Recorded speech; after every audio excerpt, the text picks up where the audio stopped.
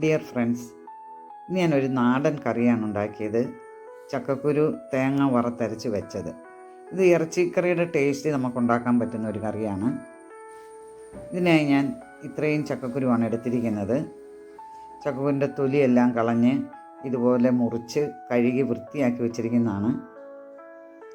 ഒരു 5 പച്ചമുളക് എടുത്തിട്ടുണ്ട്. അതുപോലെ കുറച്ച് ചെറിയ ഉള്ളി. ഇനി തേങ്ങ ഇതുപോലെ കനം കുറഞ്ഞരിഞ്ഞതും കുറച്ചെടുക്കുക.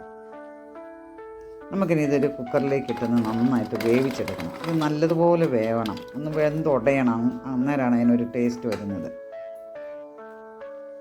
ഇനി നമ്മൾ അരിഞ്ഞു വെച്ചിരിക്കുന്ന തേങ്ങാക്കൊത്ത് അതുകൂടി ഇടാം. പച്ചമുളക്,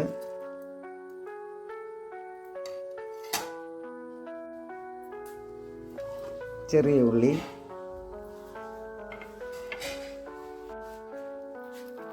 കുറച്ച് കറിവേപ്പിലയും കൂടി ഇടാം. ഇനി ആവശ്യത്തിന് ഉപ്പും ചേർക്കാം. ഇനി വേകുന്നതിന് ആവശ്യമായ വെള്ളം ഒഴിക്കുക. ആ ചക്കക്കുരുവിൻ്റെ ലെവലിന് നിന്നാൽ മതി, ഒരുപാട് വെള്ളം വേണ്ട. ഇനി നമ്മൾ കുക്കർ അടച്ച് വെച്ച് ഒരു 3 വിസിൽ വരുന്നവരെ ഒന്ന് വേവിക്കുക. നല്ലതുപോലെ വേവും. ഇനി കുക്കറിൽ വെക്കണമെന്നൊന്നുമില്ല.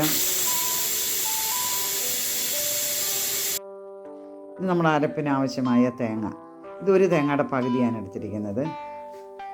നമുക്കിതൊന്ന് വറുത്തെടുക്കണം.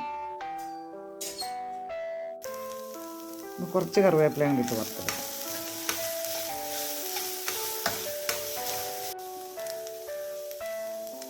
കുറച്ച് വെളിച്ചെണ്ണയും കൂടി ഒഴിക്കാം.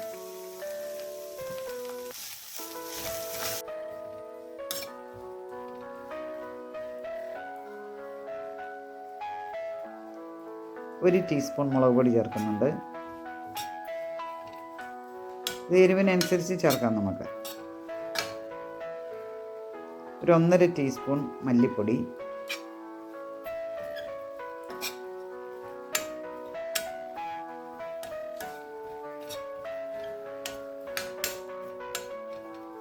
നല്ലപോലെ ഒന്ന് വറുത്തെടുക്കണം.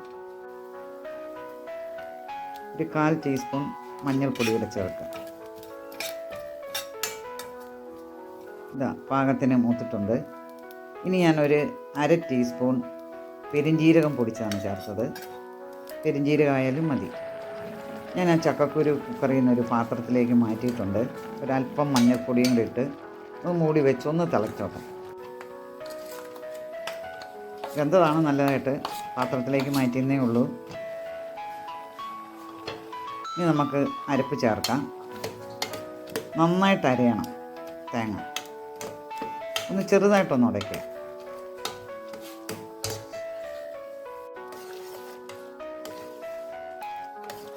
ഇത്രയും മതി. ഇത് ഞാൻ വെള്ളം ഒഴിച്ചാണ് അരച്ചത്. അരപ്പൊടി അങ്ങ് ചേർക്കുക.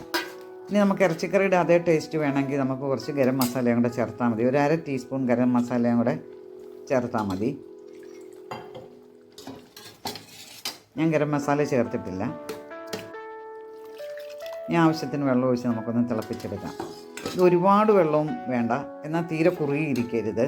കാരണം ഇത് തണുക്കുമ്പോൾ കുറച്ചുകൂടെ കുറുകും. അതനുസരിച്ച് നമ്മൾ വെള്ളം ഒഴിക്കണം. ഇനി ഒരു പാൻ അടുപ്പത്ത് വെച്ചിട്ടുണ്ട്. നമുക്ക് കടുക് പൊട്ടിച്ചിടാം. 1/2 ടേബിൾ സ്പൂൺ കടുക് ഇട്ടിട്ടുണ്ട്. കുറച്ച് ഉണക്കമുളക് കൂടി ഇടാം. ആ കടുവെല്ലാം പൊട്ടി. ഇനി നമ്മുടെ കറിയിലേക്ക് അത് ചേർക്കാം. നമ്മുടെ ചക്കക്കുരു വറുത്തരച്ച കറി റെഡിയായി. നല്ലൊരു കറിയാണിത് ചോറിന് കൂട്ടാനായിട്ട്. നിങ്ങൾ ഒരിക്കലെങ്കിലും ഇതുപോലെ ഒന്ന് ഉണ്ടാക്കി നോക്കുക.